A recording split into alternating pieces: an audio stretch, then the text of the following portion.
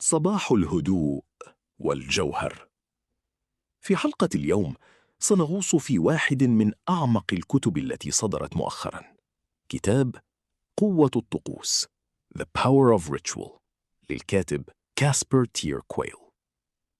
سوف نكتشف من خلال هذا الكتاب كيف يمكنك تحويل أبسط أعمالك اليومية، من شرب القهوة إلى المشي، إلى رحلة تشاف حقيقية لدماغك ونفسيتك.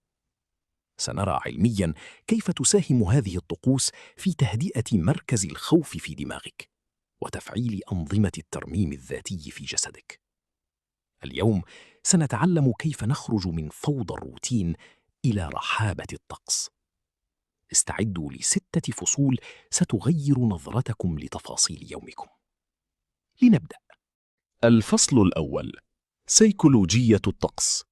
النية هي الفارق الجوهري. قد يتساءل البعض منكم الآن: ما الذي يعنيه الكاتب بالطقوس؟ هل هي مجرد عادات نكررها؟ وكيف يمكن لشيء بسيط أن يمتلك قوة الشفاء؟ الحقيقة التي يكشفها كاسبر تير كويل في هذا الفصل هي حقيقة صادمة ببساطتها. يخبرنا أن الفرق بين الروتين المجهد وبين الطقس الشافي ليس في نوع الفعل الذي تقوم به، بل في المساحة الذهنية التي تحتلها أثناء القيام به. الروتين هو عمل نقوم به بجسدنا بينما عقولنا غائبة، تسافر بين هموم الأمس ومخاوف الغد. أما الطقس فهو الفعل المصبوغ بالوعي. تخيل معي للحظة مشهد شرب قهوتك الصباحية. في الروتين المعتاد أنت تشربها وأنت تتصفح الأخبار، دماغك في حالة استنفار، هرمون الكورتيزول يتدفق في دمك استعدادا لصراعات اليوم. هنا القهوة مجرد وقود لآلة منهكة. لكن ماذا لو حولت هذا الفعل إلى طقس؟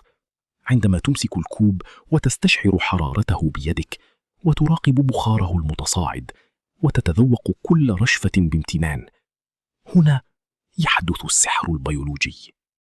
في هذه اللحظة تحديداً أنت تعطي أمراً مباشراً لدماغك بالتوقف عن إرسال إشارات الخطر. علم الأعصاب يؤكد أن الطقوس الواعية تعمل ككابح لمركز الانفعالات في الدماغ، وتفعل ما يسمى بالاستجابة الاسترخائية. أنت لا تشرب القهوة فحسب، أنت تعيد برمجة جهازك العصبي ليقول: أنا هنا، وأنا الآن، وأنا في أمان. الطقوس هي الحصون التي نبنيها داخل يومنا لنحمي أنفسنا من الانجراف خلف فوضى العالم. هي تلك اللحظات التي نتوقف فيها عن العمل لنبدأ في الوجود. لكن إذا كانت النية هي مفتاح الدخول إلى عالم الطقوس، فكيف يمكننا استخدام هذه القوة لترميم أعمق جراحنا النفسية؟ وكيف يتحول الطقس من مجرد فعل فردي إلى رحلة استكشافية لأعماق الروح؟ هذا ما سنكتشفه في الفصل الثاني، حيث سننتقل من هدوء الفعل إلى عمق الذات، لنكتشف معا أسرار طقس الاتصال بالذات، وكيف يمكنه أن يعيد بناء هويتنا من الداخل. ابقوا قريبين، فالرحلة نحو الداخل قد بدأت للتو. الفصل الثاني: طقس الاتصال بالذات، ترميم الهوية من الداخل. بعد أن فهمنا في الفصل الأول أن النية هي المفتاح، نأتي الآن إلى الركيزة الأكثر أهمية في كتاب كاسبر تير كويل: الاتصال بالذات. في زحمة الحياة نصبح أحياناً غرباء عن أنفسنا، نلبي طلبات الجميع وننسى أن نسأل أنفسنا: كيف حالك اليوم؟ هنا يطرح الكاتب فكرة ثورية. الطقس ليس مجرد ممارسة عابرة، بل هو موعد مقدس مع الذات لترميم ما أفسده الضجيج الخارجي. عندما نخصص طقساً يومياً للاتصال بذواتنا، سواء كان ذلك من خلال الكتابة الحرة جورنالينج، أو القراءة التأملية، أو حتى الجلوس في صمت تام، نحن نقوم بعملية صيانة للدماغ. نفسياً هذا يسمى استعادة المركزية. ماذا يخبرنا علم النفس عن هذا الطقس؟ عندما تمارس طقس الاتصال بالذات، أنت تفعل منطقة في الدماغ تسمى شبكة الوضع الافتراضي Default Mode Network. هذه الشبكة هي المسؤولة عن بناء قصتنا الشخصية وفهم هويتنا. في غياب هذه الطقوس تتشتت هذه الشبكة، ويصبح الإنسان عرضة للقلق الوجودي والشعور بالضياع. أما عند الالتزام بطقس الاتصال، فأنت تمنح نفسك مرساة داخلية تجعلك ثابتاً مهما كانت العواصف الخارجية قوية. الكاتب يؤكد أن طقس الذات هو شفاء للجراح النفسية غير المرئية. هو اللحظة التي تعترف فيها بمشاعرك دون إطلاق أحكام، وهو ما يقلل بشكل مذهل من أعراض الاكتئاب والتوتر المزمن. لكن هل يكفي أن نتواصل مع أنفسنا فقط لنصل إلى الشفاء الكامل؟ الحقيقة أن الإنسان كائن اجتماعي بطبعه، وهناك نوع آخر من الطقوس يمتلك قوة بيولوجية مذهلة تفوق الخيال، قوة قادرة على تغيير كيمياء جسدك في ثوان معدودة بمجرد وجودك مع الآخرين. فكيف يمكن لطقس الجماعة أن يكون دواء حقيقيا لأمراض العصر؟ وما هو الهرمون السحري الذي يفرزه دماغنا في تلك اللحظات؟ هذا ما سنكتشفه في الفصل الثالث، حيث ننتقل من أنا إلى نحن. الفصل الثالث: بيولوجيا الطقوس الجماعية، هرمون الانتماء وترياق الوحدة. ننتقل الآن إلى بعد آخر يتجاوز حدود الفرد ليصل إلى الجماعة. الكاتب كاسبر تير كويل يطرح هنا فكرة جوهرية: نحن لا نشفى في عزلة، بل نشفى معاً. في هذا الفصل نكتشف أن الطقوس الجماعية مهما كانت بسيطة، كاجتماع العائلة على مائدة طعام بنية المشاركة، أو طقوس العبادة الجماعية، أو حتى لقاء أصدقاء للقراءة المشتركة، ليست مجرد تقاليد اجتماعية، بل هي ضرورة بيولوجية للبقاء النفسي والجسدي. ماذا يحدث في كيمياء دماغك عندما تمارس طقساً جماعياً؟ بمجرد انخراطك في طقس مشترك مع الآخرين، يبدأ دماغك بضخ كميات هائلة من هرمون الأوكسيتوسين، المعروف بهرمون الحب والثقة. هذا الهرمون ليس مجرد شعور جميل، بل هو ترياق فيزيولوجي لسموم التوتر. الأوكسيتوسين يقوم بإيقاف عمل هرمون الكورتيزول، هرمون الإجهاد، فوراً، ويخفض ضغط الدم، بل ويعزز من كفاءة جهازك المناعي. يذهب الكاتب أبعد من ذلك ليشرح مفهوم التزامن. هل شعرت يوماً براحة غريبة وأنت في وسط مجموعة تمارس نفس الطقس؟ العلم يفسر هذا بأن نبضات قلب المشاركين في الطقس المشترك تبدأ في التزامن، وتتناغم موجاتهم الدماغية. هذا التناغم هو الذي يكسر جدار الوحدة الذي يعتبره العلم اليوم أخطر على الصحة الجسدية من التدخين. من الناحية النفسية، الطقس الجماعي يمنحك ما يسميه الكاتب الأمان القبلي. في هذا العصر الذي تطغى فيه الفردية والوحدة الرقمية، تأتي الطقوس الجماعية لتعيد تذكير دماغك القديم بأنك لست وحدك، وبأنك محمي داخل المجموعة. هذا الشعور هو أقوى علاج وقائي ضد الاكتئاب والقلق الوجودي. الطقوس الجماعية هي الجسور التي نعبر بها فوق محيطات عزلتنا لنلتقي في جوهرنا البشري المشترك. لكن إذا كانت هذه القوة تنبع من اتصالنا بالآخرين، فماذا عن اتصالنا بالأرض التي نمشي عليها؟ هل يمكن للجسد نفسه أن يكون محراباً للشفاء إذا ما تعاملنا معه كجزء من الطبيعة؟ وكيف تتحول الحركة البسيطة إلى صلاة جسدية تعيد ترتيب وعينا؟ استعدوا، ففي الفصل الرابع سنكتشف سر الجسد كمعبد، وكيف نحول تحركاتنا اليومية إلى طقوس للسكينة الجسدية. الفصل الرابع: محراب الجسد. كيمياء التشافي من خلال الحركة والسكينة. نصل الآن إلى واحد من أكثر فصول كتاب قوة الطقوس إثارة للدهشة. في هذا الجزء يأخذنا الكاتب كاسبر تير كويل إلى رحلة استكشافية داخل بيتنا الأول والأخير، أجسادنا. في عصرنا الحديث ارتكبنا خطأ فادحا في حق أنفسنا. لقد جردنا الجسد من قداسته وحولناه إلى مجرد أداة أو آلة. أصبحنا نعيش في رؤوسنا فقط، غارقين في سيل من الأفكار والتحليلات والهموم، بينما نسينا أن هذا الجسد هو الذي يحمل أرواحنا، وهو المخزن الحقيقي لكل تجاربنا. يقول الكاتب إن الطقس الجسدي ليس تمرينا رياضيا، بل هو عملية إعادة توطين. أنت تعود لتسكن في جسدك من جديد. وعندما نتحدث عن السكن في الجسد، فنحن نتحدث أولاً عن تلك الذاكرة الخفية التي تسكن عضلاتنا. قد يظن البعض أن النسيان محله العقل، لكن الحقيقة أن الجسد لا ينسى أبداً. الصدمات النفسية، الضغوط اليومية، وحتى تلك الكلمات الجارحة التي ظننا أننا تجاوزناها تترك أثراً ملموساً على شكل تشنجات في الأكتاف أو ضيق في الأنفاس.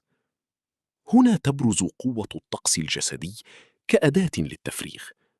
فحين تحول فعلاً بسيطاً كالاغتسال إلى طقس واع، فأنت لا تغسل جلدك بالماء فحسب، بل تعطي الإذن لجهازك العصبي ليتخلص من تلك السموم النفسية المتراكمة، وكأنك تمارس عملية تطهير غريزي تعيد للجسد خفته الأولى.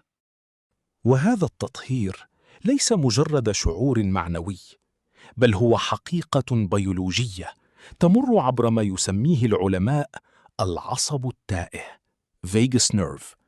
هذا العصب هو بمثابة الخط الساخن الذي يربط بين أعضائك الحيوية ودماغك. في حياتنا الروتينية السريعة يظل هذا العصب في حالة خمول، مما يتركنا في وضعية الاستنفار الدائم. لكن بمجرد أن تبطئ حركتك وتمنح جسدك انتباها كاملا، سواء من خلال تنفس عميق أو لمسة حانية ليديك، يبدأ هذا العصب بضخ إشارات السكينة. في تلك اللحظة يتوقف الدماغ عن القلق ويبدأ في الترميم الذاتي. هنا يتحول الطقس إلى المفتاح السحري الذي يفتح صيدلية جسدك الداخلية لتفرز مسكناتها الطبيعية. ومن هذا الهدوء الداخلي ننتقل لنكتشف أن حتى الحركة التي نقوم بها يمكن أن تتحول إلى صلاة صامتة. الكاتب يدعونا لإعادة تعريف معنى الحركة، فنحن لا نتحرك لكي نحرق سعرات حرارية فحسب، بل نتحرك لنعلن حضورنا في هذا الوجود. تخيل مثلا طقس المشي الصباحي، حين تشعر بكل رشفة هواء تدخل صدرك وبكل ملمس لقدمك وهي تلامس الأرض. أنت هنا تقوم بتفعيل مراكز التوازن في دماغك، مما يقلل بشكل تلقائي من تشتت الأفكار. هذا النوع من الحركة الواعية يرفع مستويات الإندورفين والسيروتونين بطريقة مستقرة، ويمنحك صلابة نفسية تنبع من ثبات خطواتك. ولا يتوقف الأمر عند الحركة، بل يمتد ليصل إلى الطريقة التي نغذي بها هذا الجسد. في زمن الأكل السريع نسينا أن الوجبة هي طقس مقدس للارتباط بالحياة. الكاتب يلح علينا أن نعيد للقمة طعمها، ليس فقط من أجل المذاق، بل من أجل الكيمياء الحيوية. فعندما تمضغ طعامك ببطء وامتنان، يرسل دماغك إشارات فورية للمعدة لتفرز إنزيمات الشفاء، مما يرفع كفاءة امتصاص الطاقة بنسب مذهلة. الطقس هنا يحول المادة الجامدة إلى طاقة تشاف حقيقية تسري في عروقك. وهكذا نكتشف أن أجسادنا ليست مجرد أوعية صامتة، بل هي محاريب متحركة تحمل في كيميائها سر التشافي، وفي سكونها صدى الحقيقة. إن تعاملنا مع الحركة كصلاة، ومع السكون كإنصات، يعيدنا إلى الوطن الأول الذي نسيناه في زحام الضجيج الرقمي. لكن هل يكفي أن نتواصل مع جغرافية أجسادنا الداخلية لنصل إلى السكينة المطلقة؟ كاسبر تيركويل يخبرنا أن الجسد رغم إعجازه هو جزء من منظومة أكبر وأعظم. فكما يجد الجسد توازنه في الحركة، تجد الروح مرساتها في الإيقاع الكوني الذي يحيط بنا. إذا كان الجسد هو المحراب، فإن الطبيعة هي المعبد الأكبر الذي ينتظرنا لنخطو فيه أولى خطواتنا نحو الاتصال بذكاء الأرض وعمق السماء. فكيف تتحول النزهة البسيطة بين الأشجار إلى رحلة حج روحية؟ وكيف تهمس لنا الرياح بأسرار عجزت الكتب عن قولها؟ هذا ما سنكتشفه في رحلتنا القادمة مع الفصل 5: طقوس الطبيعة، العودة إلى الجذور المقدسة. الفصل 5: طقوس الطبيعة، استعادة اللغة المفقودة مع المعبد الأكبر. هل تساءلت يوماً لماذا نشعر بسلام غريب بمجرد السير بين الأشجار أو سماع تلاطم الأمواج؟ يخبرنا كاسبر تيركويل في هذا الفصل أننا لسنا مجرد زوار للطبيعة، بل نحن جزء لا يتجزأ منها. لقد قضينا آلاف السنين في الغابات، وفقط بضع مئات من السنين داخل جدران خرسانية. هذا الانفصال هو ما يسميه العلم اضطراب نقص الطبيعة. في هذا الجزء سنكتشف كيف نحول نزهة بسيطة إلى طقس مقدس يعيد برمجة جهازنا العصبي. العلم يدعم هذا الشعور، ففي اليابان هناك ممارسة تسمى شينرين يوكو أو حمامات الغابة. الدراسات هناك أثبتت أن الأشجار تفرز مركبات كيميائية تسمى الفيتونسيدات لحماية نفسها من الآفات، وعندما نستنشقها فإنها تخفض مستويات الكورتيزول هرمون التوتر لدينا، وتزيد من نشاط الخلايا القاتلة الطبيعية في جهازنا المناعي. الطبيعة لا تريح عقلك فحسب، بل هي صيدلية حية تداوي جسدك بمجرد الحضور. لكن كيف نجعل من الطبيعة طقساً؟ تيركويل يقترح ممارسة الحج الصغير. ليس عليك الذهاب إلى الجبال الشاهقة، حديقة قريبة أو حتى شجرة وحيدة في شارعك تكفي. الطقس يبدأ بالنية. قبل أن تخطو اترك هاتفك وحدد هدفاً. أنا الآن أتصل بالأرض. امشي ببطء، استشعر ملامس الأرض تحت قدميك، وأنصت لسيمفونية الرياح. هذه اليقظة تحول المشي من مجرد حركة آلية إلى حوار روحاني مع الخالق في بديع خلقه. الطبيعة تعلمنا أعظم دروس الاستسلام والنمو. الشجرة لا تستعجل الربيع، والنهر لا يحارب الصخور بل ينساب حولها. عندما نجعل من تأمل الطبيعة طقساً يومياً، نبدأ في رؤية دورات حياتنا الخاصة من خلالها. الفشل يصبح خريفاً ضرورياً لراحة التربة، والنجاح يصبح إزهاراً لا بد منه. هذا الإدراك يحررنا من قلق الإنجاز المستمر، ويمنحنا سكينة الإيقاع الكوني. إذن الطبيعة هي المعبد الذي لا تغلق أبوابه أبداً. هي المكان الذي تتلاشى فيه الأنا، ونشعر فيه بأننا جزء من كل عظيم. ولكن بعد أن تواصلنا مع ذواتنا وأجسادنا والطبيعة من حولنا، يتبقى لنا السؤال الأهم: كيف نتواصل مع المتعالي؟ كيف تتحول الطقوس إلى بوابة للقداسة والصلة المباشرة مع الغيب؟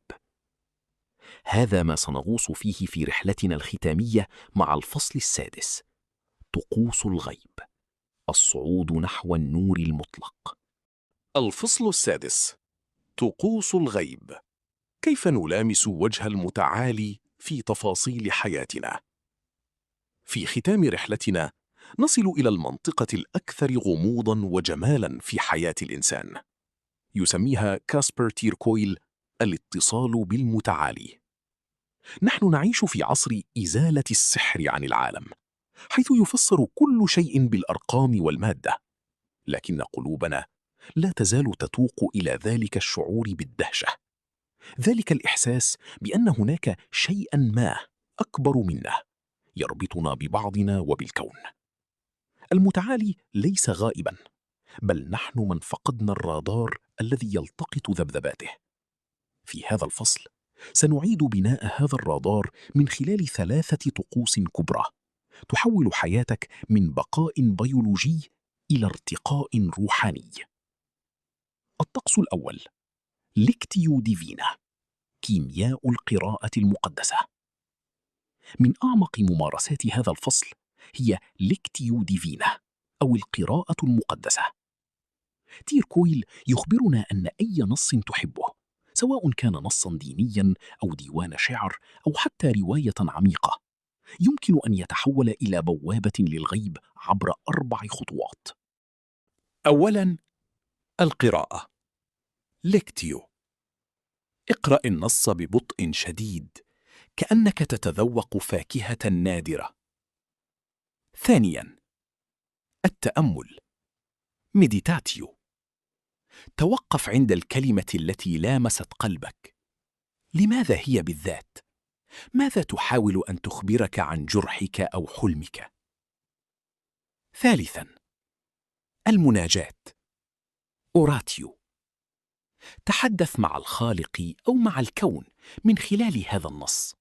حول الكلمات إلى صلاة شخصية. رابعاً، السكون. كونتمبلاتيو. صمت مطبق. اترك الكلمات تتغلغل في روحك دون تفكير. هنا يتحول الكتاب من مصدر للمعلومات إلى لقاء روحي يغسل الروح من غبار الروتين. الطقس الثاني: صيام الضجيج، ثورة السكون ضد ضجيج الإنتاجية. نحن نعيش في ثقافة تقدس العمل المستمر، حيث يعتبر التوقف عن الركض نوعاً من الذنب. لكن تير كويل يطرح فكرة صيام الضجيج ليس كرفاهية، بل كضرورة وجودية ملحة. هذا الطقس هو تمرين عملي على أن تقول لا حازمة لكل ما يشتت انتباهك في العالم الخارجي، لتقول نعم كبرى لعالمك الداخلي، سواء كانت ساعة واحدة يومياً أو يوماً كاملاً في الأسبوع. أنت تقطع فيها صلتك بالشاشات، المهام وسباق الإنجاز. في هذا السكون المتعمد يحدث ما يسميه علماء الأعصاب تفعيل شبكة الوضع الافتراضي Default Mode Network في الدماغ، وهي الحالة التي يبدأ فيها عقلك أخيراً بمعالجة المشاعر العميقة وترميم هويتك التي تآكلت بسبب الضوضاء. عندما تتوقف عن الفعل المستمر، تبدأ أخيراً في الوجود الحقيقي. هذا هو الوقت الذي يهمس فيه اليقين لقلبك وتستشعر فيه صلتك بالغيب.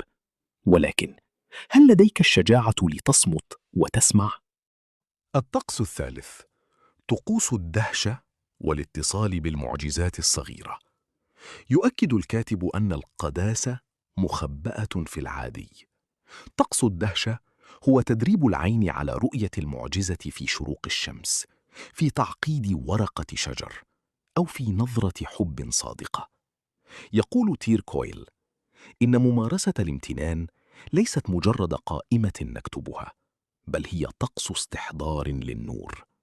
عندما تمارس طقس الاعتراف بالفضل يومياً قبل النوم، أنت تعيد برمجة دماغك ليرى الجمال وسط الركام. هذا اليقين بأن هناك يداً خفية تدبر هذا الكون العظيم بمنتهى الدقة والجمال هو الذي يمنحنا القوة لمواجهة أصعب لحظاتنا. التسليم ليس استسلاماً، بل هو ثقة مطلقة في أنك لست وحدك. حين تصبح الحياة كلها طقساً. في نهاية كتابه يتركنا كاسبر تير كويل مع حقيقة مذهلة. الطقوس ليست غاية في حد ذاتها، بل هي التمارين التي نؤديها لنتمكن من عيش حياة مقدسة. لقد بدأنا بالنية، ثم اهتممنا بأنفسنا، وتواصلنا مع الجماعة، وحركنا أجسادنا بوعي، والتحمنا بالطبيعة، والآن فتحنا نافذة على الغيب. يا أصدقاء جوهر الكتب الصوتية، الطقوس هي الخيوط التي تنسج معنى حياتنا.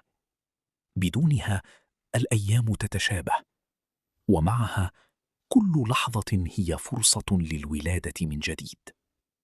الآن اخرجوا إلى عالمكم، وابدأوا بطقس واحد صغير، فالبحر يبدأ بقطرة، والقداسة تبدأ بنية صادقة. تذكروا دائما أن المعنى لا يهدي نفسه للمتفرجين، بل لمن يجرؤ على صناعته. الطقوس الصغيرة التي تمارسها في غرفتك، في مشيتك، وفي صمتك، هي الخيوط التي تنسج شبكة الأمان لروحك في عالم مليء بالضجيج.